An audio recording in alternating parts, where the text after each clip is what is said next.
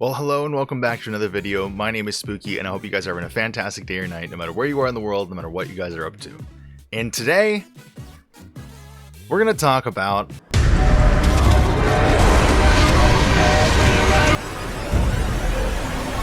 awoke from one nightmare into another.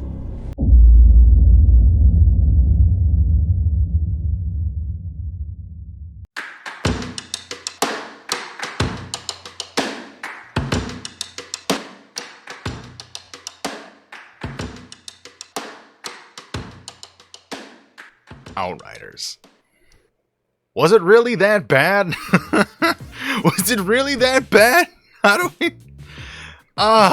As a person who's been playing Outriders now for at least a year, I am ready to talk about this game. I really didn't want to get into it right at the start. I wanted to play the game, I wanted to stream it, and I wanted to have a bit of an experience before I actually started talking about it. So let me tell you about my beginnings in Outriders. So, when this game was announced, I had absolutely zero opinion of it. I was at the height of my time in Warframe, and I heard from a bunch of creators that this game was going to absolutely murder the game that I loved playing. It was going to destroy Warframe. There was going to be no point in playing any of those other stupid looter shooters. But it didn't do that, and this game kind of had a weird upward trajectory, and then it just dropped. I played through a little bit of the actual tutorial of the game, and I couldn't get through the first 30 minutes of it. I couldn't get through the 30 minutes of demo because the pacing was just off. It was so not my type of game. It was slow and clunky, and it was teaching you all these weird things like how to ping in a game where you can just grind, and it just wasn't a fit for me. I immediately logged off, I uninstalled it, and I went right back to playing Warframe, right back to playing Destiny, and right back to playing Borderlands. I went right back to playing all those other looter shooters and completely forgot about this game. It wasn't until 6 months later, my friend Spike, gifted me this game. He said, if I gift this to you, will you play it? And I said, no. No! God, please, no! No! No! And he said, come on, please. And I said, okay, all right. So he gifted me the game, and I played through the base game with him for a little while, and I fell off again, and I wasn't really super into it. The early gameplay wasn't really hitting me. It was certainly a little difficult for me, but not in the way that Destiny and Warframe and Borderlands and all those other looter shooters that we love, as well as not to mention like cover shooters. They already had done it, and it just felt the same to me. But then something amazing happened. You see, one day, I was scrolling through my Steam library, and I thought, I think I'm going to start installing some of these games that I haven't played in forever. Why didn't I like these? Why didn't I play these? Why don't I give them a shot? So, I installed Outriders. On my hard drive, not on my SSD. Come on. That thing's not going on my SSD. Fuck that. No, fuck that shit. No, I put it right on my hard drive. And it sat there for another 2 months. And as I scrolled by every now and then, every day, streaming a different game on twitch.tv/spooky_oo, I started to think to myself, what if I did it? What if I touched it? What if I played it? What if I have a trickster in there, and I've got a berserker in there. Why don't I give it a shot? Why don't I try it? Why don't I play Outriders? Well, I tell you what, buddies, I did it. I played Outriders. I got in there, man. I went hard. I went through everything. I went through and I upgraded to every single world tier. I went back. I beat the game. I came back 2 days later and then raised its tier as high as I could and beat the story again. I went and I sat there and I pondered for a little while. I said, this is a free game. It's a free game for me. I didn't pay a cent. They worked damn hard. I'm gonna tell you, I enjoyed some of those games, man. I enjoyed some of those systems, and I damn well enjoyed the chat while I was playing the most hated game on earth. So I thought to myself, They have a DLC coming out. World Ender or something. I don't fucking know. It was some random DLC. It came with higher world tiers, aka Apocalypse tiers, and more loot, and it sounded like a good time. I paid full price for the DLC. Oh yeah, I did it. I bought it. I thought maybe this is the chance. Maybe this is the time. I can get in there and I can really see what this game's all about. And let me tell you, man, I was in for a wild ride. I wasn't ready. Little Spooky was sitting there grinding through drop pods this whole time, picking up little bits of Tiago merch or whatever. I don't know. Tiago has a lot of weird stuff in the store. But I sat there, man, and I grinded through. And let me tell you, I grabbed baby Joel and I strapped him to a Bjorn. And I said, Joel, we're going to play Outriders. We're going to slog through and you're going to learn. And as I found myself replaying Outriders with a brand new character, my Berserker, big, thick daddy, was always down for some reason. He's supposed to be a tank. He's always down. I don't know why. The tank never really works. But as I tanked through every corner of the way with baby Joel strapped to my breast, I started to realize this game's pretty damn fun. Oh my god, the gameplay's amazing. Rolling, fun, hiding under cover, a little less fun, but it was still good. Me and Joel grind through the story. We're still kind of grinding on it. We're going to grind a little more later, but we're still grinding through the story again. And this is my second character. I'm 2 characters in at this point. I'm the guy who quit during the tutorial. I uninstalled at the tutorial. But I'm sitting here, and I'm 2 characters in. A year after release, and a whole DLC later. And I'm loving it. I'm loving every second of it. I'm popping out of corners. I'm flying up and turning myself into giant floaty rocks and slamming down on people. I'm eating babies and I don't care. As I played further, I realized that there was a rich story there to uncover. A story that I had skipped every single one of the cutscenes for when I first played my Trickster character. It was kind of supposed to be like a personality thing of the character, like boom, to skip. I don't know what I was thinking. Anyway, I skipped through most of that story and I started playing through it through Joel's new baby eyes. And I started seeing a whole new world out there. Possibility. New world of cover shooting, loot, and linear storytelling. Legendary storytelling, man, let me tell you. They really point A to point B you on that story, man. It's kind of ridiculous. It's like a little bit too much, if you ask me. Anyway. I sat through sprawling biomes to the beautiful, lush green biomes to awful, terrifying desert with like a sea, like an ocean of sand. Anakin Skywalker would really hate this, but we traversed and we burned through the different areas, burned through the biomes. We met August, we met Tiago. Jakob died again. It was okay. He dies a lot. He dies every time I play the game. We fall in love with Shanna. We make Bailey into a cripple. And near the end of this journey, I gotta say, game's not bad. I don't know. Like, the game's not terrible. It's not bad. Okay, listen. I'm gonna drop the whole thing. Listen. I played through the game a good amount of time.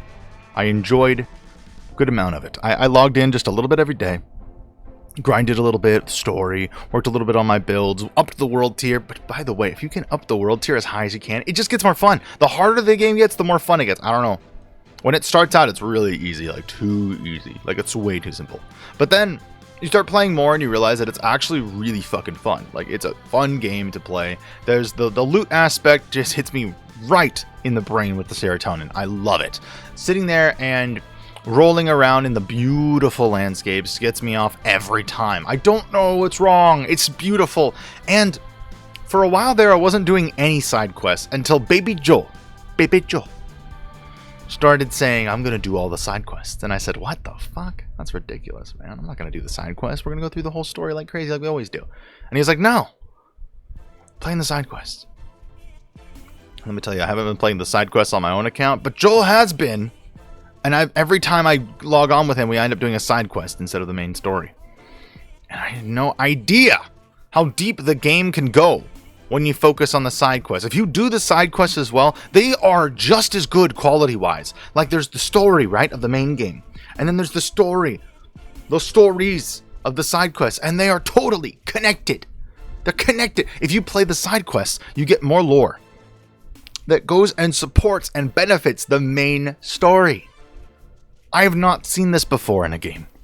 90% of the time when I boot up a game and there's story on a side quest, it's not important and it's not relevant and it doesn't even matter. But this would be the first time that I played a game like this. A looter shooter with a pretty damn good story that involves stuff like, you know, the warrior from the future gets cryogenically frozen, or warrior from the past gets cryogenically frozen and sent to the future, and then they come out, and the world they entered was not a good world. It was actually a really bad, broken world, and you were the last of the Outriders, which is more like a glorified scout, really, if you think about it. But the story was good. It was really good. I played it, and I loved it. And then I played the DLC. And I hated that. The DLC is bad. The DLC is like, okay, listen. You know what? If you bought the game at full price, you should at least wait until the Steam sale goes down. To the point where maybe around like $10. Like, wait until it's like $10. Wait until like the DLC is like $10. Because like, that's really expensive. I'm sorry. It's so expensive, dude. Like, the DLC is like retails at like $60 or some shit like that. It's an expensive DLC. And all you're really getting is kind of raid stuff. A really bad storyline that adds onto your story, but not in a good way. Like, it kind of ruins. Like we're just going to pretend the story mode from the DLC didn't happen because it wasn't good. But the gameplay was good, and here's another added thing. You remember how you guys couldn't vault over certain little areas? How you couldn't step over stuff? You had to run all the way around. I don't know if you guys played that far in the game, but if you did, you'll know that you couldn't go over a ledge. You can do that now. $40. I paid $40 for that ability. Yeah, I paid $40 for the ability to vault. Which is, if you're me, it's not that bad because the game was gifted to me for free. But if you paid full price for the game and then bought the DLC, you can understand why people might have not liked the DLC. Anyway, we've covered now why people don't like the DLC. It's overpriced, and there's not too much good stuff you got from it other than Apocalypse Tears, and then there's this other little thing that's like kind of, they're like mods to the original abilities. I don't really know how to describe them. They're like a modded version of like the original abilities, you know? So they kind of just add a little like tang to it. So it'll be something something kind of like you know, like your anomaly damage does like 2% more, and you add like a point to it or something. It's a really cool thing that they added, and I like it a lot, and it does eventually stack to being insane. Like, your health has like 1 tick more, but then it's like, you know, but then like you add onto it, and like the more you add to it, the more, you know, it becomes viable. It's kind of like base stats, essentially. So you're upgrading your base stats. So that's kind of the thing you can do. Yeah. So I want to get into why I think that this game failed as hard as it did, and I really do think it comes down to all of the different creators who were hired to talk about it. Now, a lot of these creators, I don't believe... how do I put this? A lot of these creators don't know how to do a nice ad read or an ad spot. A lot of them were asked to talk about the game, and a lot of them took the approach of talking about the game, like talking about Outriders, but its relation to its competitors. You see, for a while now, Warframe and Destiny have been the king of looter shooter games, and therefore futuristic looter shooter games where you are running around and you're killing people and you're getting loot. Like, that's the whole thing. The loot game. The loot games have been Destiny and Warframe for a while. There is this other little tiny franchise known as Borderlands, but we're not going to talk about them right now. But they are there too, and those are the kings. Those are the ones. You go to Destiny because you want a nice, serious space adventure. You go to Warframe because you want Vin Diesel in space. You want family. You know, and family. You know, it's a story of family and power, and family and power and family. You get the idea. It's a struggle. It's a power struggle, and it's space, and it's about mommies, which is fun. Anyway, but you go to Outriders for what?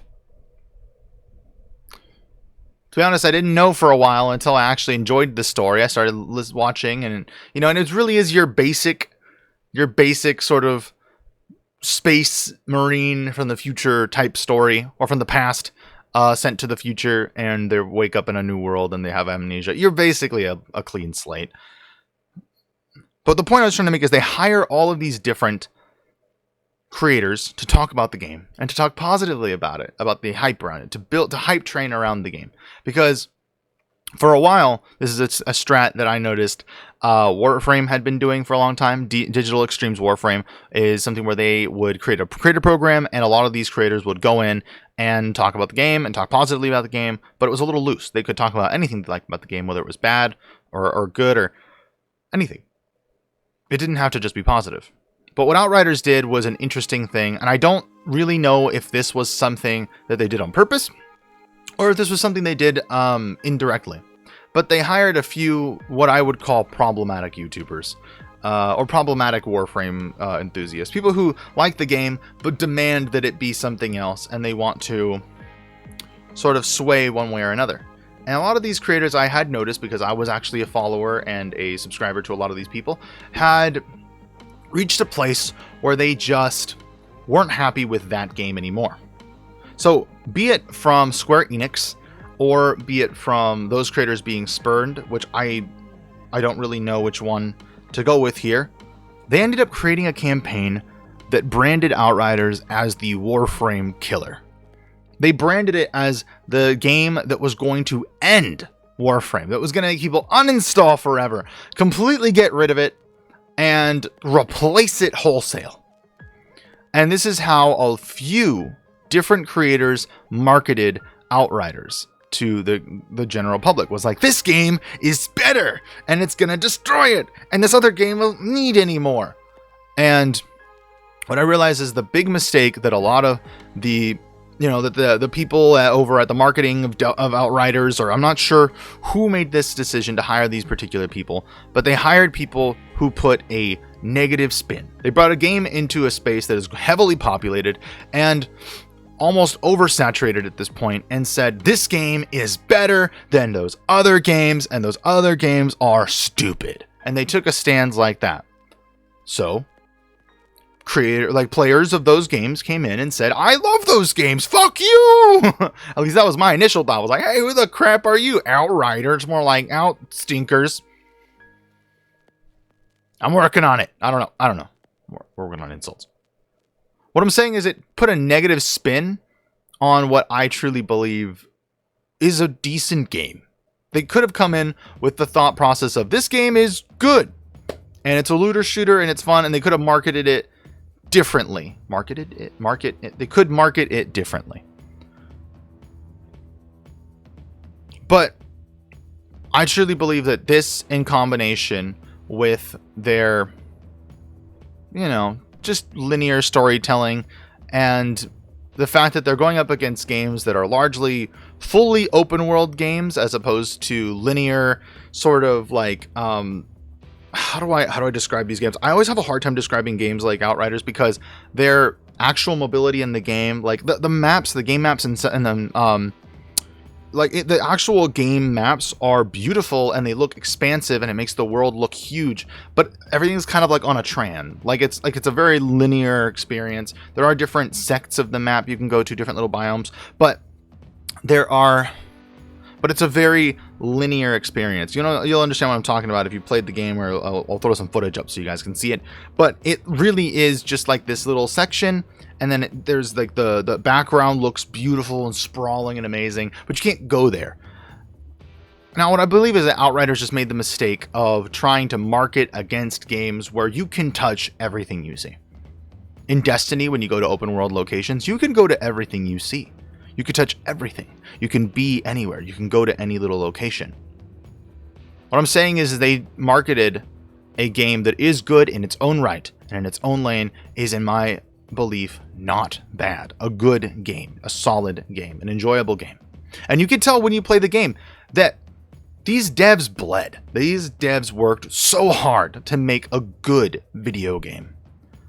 And I truly believe the marketing team kind of came in and just dropped the ball in a kind of a monumental way. They waged war. They arrived in a space that was populated and waged war against every other game in that space. And they lost.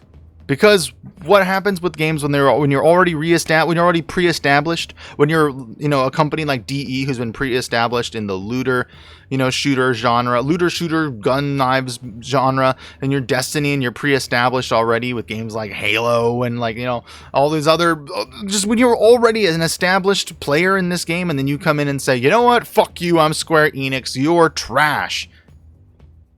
People aren't going to come in with the, most excited, happy-go-lucky, I can't wait to play this kind of attitude. A lot of people are going to come in and be like, I'm going to play this stupid fucking game and I'm going to trash on it. Which is what a lot of people did. And especially if you come in saying, setting high expectations like this game is better than all those other games in the space, and then you can't deliver a product that is truly better.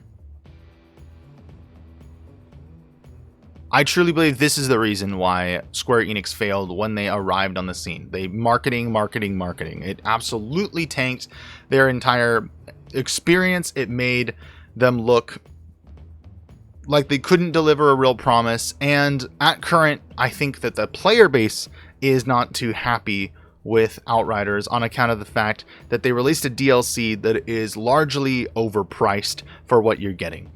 I understand the incentive to price it so high because I do know that the actual creators of Outriders did not make their money back on this game. They sunk a lot of time, resources, money, and quite frankly, I can tell, heart into the game. They put a lot of effort. The storyboard writing was really good, enjoyable. The side quests were wonderful. The maps were beautiful, although I wish they were a little more open. That's just me. And then they just had marketing come in and take a fat shit on them. It was brutal. And I really do believe that the game could have been marketed better and pushed out to the right people. The right people, I do believe, ended up finding this game.